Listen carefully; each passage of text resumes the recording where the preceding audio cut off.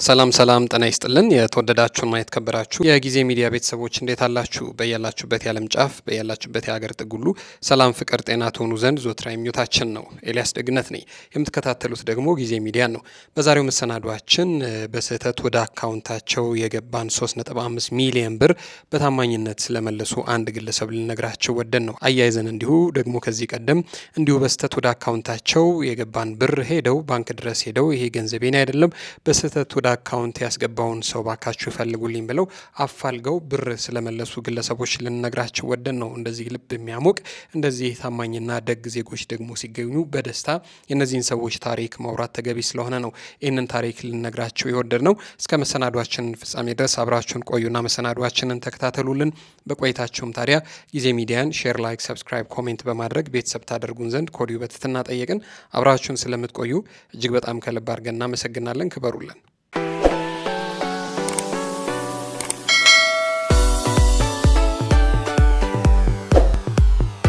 በስህተት የገባላቸውን 3.5 ሚሊዮን ብር የመለሱት አቶ በህጉ ወልደ ሚካኤል ከባንክ ወደ ባንክ በሚደረግ የገንዘብ ዝውውር ሂደት በተፈጠረ ስህተት ከሌላ ግለሰብ ወደ አካውንቴ የገባን 3.5 ሚሊዮን ብር ለባለቤቱ ተመላሽ አድርጌያለሁ።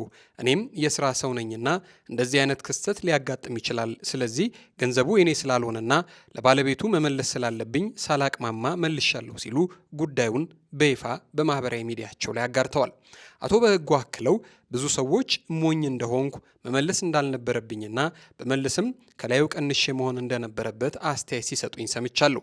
ዳሩ ግን ቅድም እንዳልኩት የኔ ያልሆነ ነገር የኔ አይደለምና በተለይም እኔም በቢዝነስ ዓለም ውስጥ እንዳለ ሰው ነግበኔ እንደሆነ በመረዳት ማድረግ ያለብኝ ነው ያደረግኩት ሲሉ ሞኝ ነህ እንዴ? ለምን መለስክ? ከመለስክ እንኳን ቀንሰሃት መልስም ወይ ላሏቸው ጓደኞቻቸው እንዲያስሉ መልስ ሰጥተዋል። ከዚህ ጉዳይ ጋር ተያይዞ ታዲያ የአዋሽ ባንክ ፊንፊኔ ቅርንጫፍ ኦፕሬሽናል ማናጀር አቶ ፉፉ አሰፋ ስለ ጉዳዩ ለቲክቫ ኢትዮጵያ ሲያስረዱ ከባንክ ወደ ባንክ በሚደረግ የገንዘብ ዝውውር አቶ ቦንሳ ታደለ የተባሉ የባንካችን ደንበኛ ከአንዱ ባንክ አካውንት ወደ ሌላ ባንክ አካውንት በአካል ተገኝተው በማኑዋል ጽፈው ሂሳብ ሲያስተላልፉ አንድ ቁጥር ተሳስተው ጽፈው በመስጠታቸው 3.5 ሚሊዮን ብር ወደ አቶ በህጉ ወልደ ሚካኤል አካውንት ሊተላለፍ ችሏል ሲሉ ገልጸዋል። ምንም እንኳን የአዋሽ ባንክ ፊንፊኔ ቅርንጫፍ ኦፕሬሽናል ማናጀር የሆኑት አቶ ፉፉ አሰፋ ስለ ጉዳዩ ሲገልጹ ስህተቱ የተፈጠረው በአንድ ቁጥር መሳሳት ምክንያት ነው ቢሉም እኛ ግን እዚህ ጋር ለባንኩ አንድ ጥያቄ ልናነሳ ወደድን። ወደ ባንክ በአካል ሄደው የገንዘብ ዝውውሩን የፈጸሙት አቶ ቦንሳ ታደለ ብር ሲያስተላልፉ አንድ ቁጥር ቢሳሳቱም ብር የሚያስተላልፉለትን ሰው ስም ግን ሊሳሳቱ አይችሉም።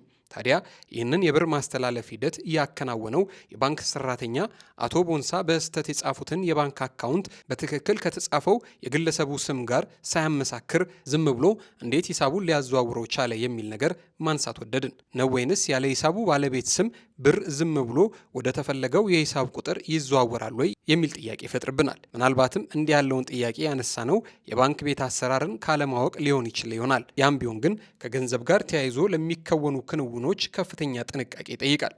ሂሳብ አዘዋዋሪው ግለሰብ ቢሳሳቱ እንኳን እዛ ቦታ ላይ ኃላፊነት ያለበት ሰው ጉዳዩን በስርዓቱ አረጋግጦና አመሳክሮ ቢሆን ኑሮ ይህ ስህተት አይፈጠርም ነበር። ደግነቱ ሂሳቡ የተዘዋወረው የሰውን ሀቅ ወደማይፈልጉ ሰው ሆነ እንጂ ያልሰራበትን መብላት የሚፈልግ ሰው ጋር ቢሆን ኑሮ በቃ የሰውየው ብር ተበልቶ ቀረ ማለት ነው። ከዚህ ጉዳይ ጋር ተያይዞ ታዲያ በቅርቡ አንድ ሕግ እንደጸደቀ በማህበራዊ ሚዲያ ላይ ስንሰማ ነበረ። በስህተት ወደ ሌላ ሰው አካውንት የገባን ገንዘብ እንዲመልስ የሚያስገድድ ሕግ እንደሌለ፣ በስህተት ከገባ ገባ ነው የሚል ሕግ መኖሩን ሰምተን ነበር።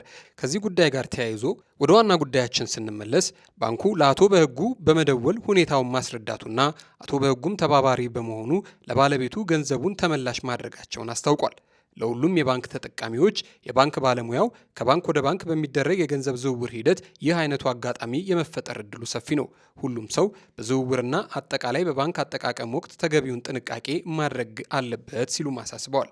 እኛም ታዲያ ነገርን ነገር ያነሰዋል እንዲሉ ከዚህ ቀደም እንዲህ ካለው ታማኝና የሰው ሀቅ በራስ እግር ሄዶ የኔ አይደለም ውሰዱልኝ ከማለት ጋር ተያይዞ አንድ ሰው ልናነሳ ወደድን። ግለሰቡ በስህተት ወደ አካውንታቸው የገባን ከግማሽ ሚሊዮን ብር በላይ ለባለቤቱ የመለሱ ግለሰብ ናቸው። ግለሰቡ አቶ ሲሳይ ይባላሉ። አቶ ሲሳይ ተስፋዬ አንድ ቀን በስልካቸው ጨርሶ ያላሰቡት አንድ መልእክት ይደርሳቸዋል። በወቅቱ ሐሰተኛ መልእክት ስለመሰላቸው ነገርየውን ብዙም ትኩረት አልሰጡትም ነበር። በጡረታ ላይ የሚገኙት አቶ ሲሳይ ዘመድም ወዳጅም ይህን ያደርጋል ብለው የሚጠብቁት ነገር ስላልሆነ በሂሳባቸው ብር 501,840 ብር መግባቱን የሚናገረው መልእክት ሐሰተኛ ነው ብለው አምነውት አልተቀበሉትም ነበር። ከጥቂት ቀናት በኋላ ሂሳባቸውን በኤቲኤም ሲያዩ እውነትም ብር 501,840 ብር ወደ ሂሳባቸው ገብቷል። እስከዛ ሰዓትም ድረስ በስህተት ብር ወደ አካውንቶ ልክ ያለውና እባክዎን በመመለስ ይተባበሩኝ ያላቸው አንዳችም ሰው አልነበረም። የጠየቃቸውም የለም። አቶ ሲሳይም ቢሆኑ በጡረታ ዘመኔ አገኘሁት ሲሳይ ነውና ብለው አልተደሰቱም። ይልቅንስ በስህተት የገባ ገንዘብ መሆኑ ስለገባቸው የገንዘቡን ባለቤት ማፈላለግ ይጀምራሉ። ወደ ባንክም በመሄድ የሂሳቡን ዝርዝር አውጥተው ገንዘቡን ወደ ሂሳባቸው ያስገባውን ሰው ስም ያገኙታል። የውጭ ሀገር ዜጋ ነው። ስልኩን ከባንኩ ተቀብለው ደወሉለት። እውነትም በስህተት የገባ ገንዘብ መሆኑን አረጋገጡ። አስፈላጊውን ማጣራት አድርገው የገንዘቡን ትክክለኛ ባለቤት መሆኑን ሲያረጋግጡም ገንዘቡን በታማኝነት መልሰውለታል። አቃ ነው ብለው ሰጡት። ገንዘቡ ሕይወታቸው ሊለውጥ ቢችልም ሕሊናቸውን ግን ሊለውጥ እንደማይችል የተናገሩት አቶ ሲሳይ ገንዘቡን ሲመልሱ የተሰማቸው ደስታ ወደር እንደሌለው ይናገራሉ። የሰው ገንዘብ በፍጹም እንደማይፈልጉ እምነታቸው አድርገው የኖሩት አቶ ሲሳይ አጋጣሚው የሚሉትን በተግባር ሆነው ያገኙበት ሆኖ ማለፉን ተናግረዋል። ገንዘቡ በስህተት ገቢ የተደረገበት የኢትዮጵያ ንግድ ባንክ ኢስተርን ዲስትሪክት ዞን ቅርንጫፍም ለአቶ ሲሳይ ተስፋዬ ታማኝነትና አርያነት ያለው ተግባር ብሎ የምስጋናና የአድናቆት ደብዳቤ ሰጥቷቸዋል። የአቶ ሲሳይ ተስፋዬን ሙሉ ቃለ ምልልስ መስማትና ማዳመጥ ከፈለጋችሁ ሸገር ኢንፎ ሚዲያ ላይ ታገኙታላችሁ። ከጋዜጠኛ መሰረት በዙ ጋር ሸጋ ቆይታ አድርገዋል።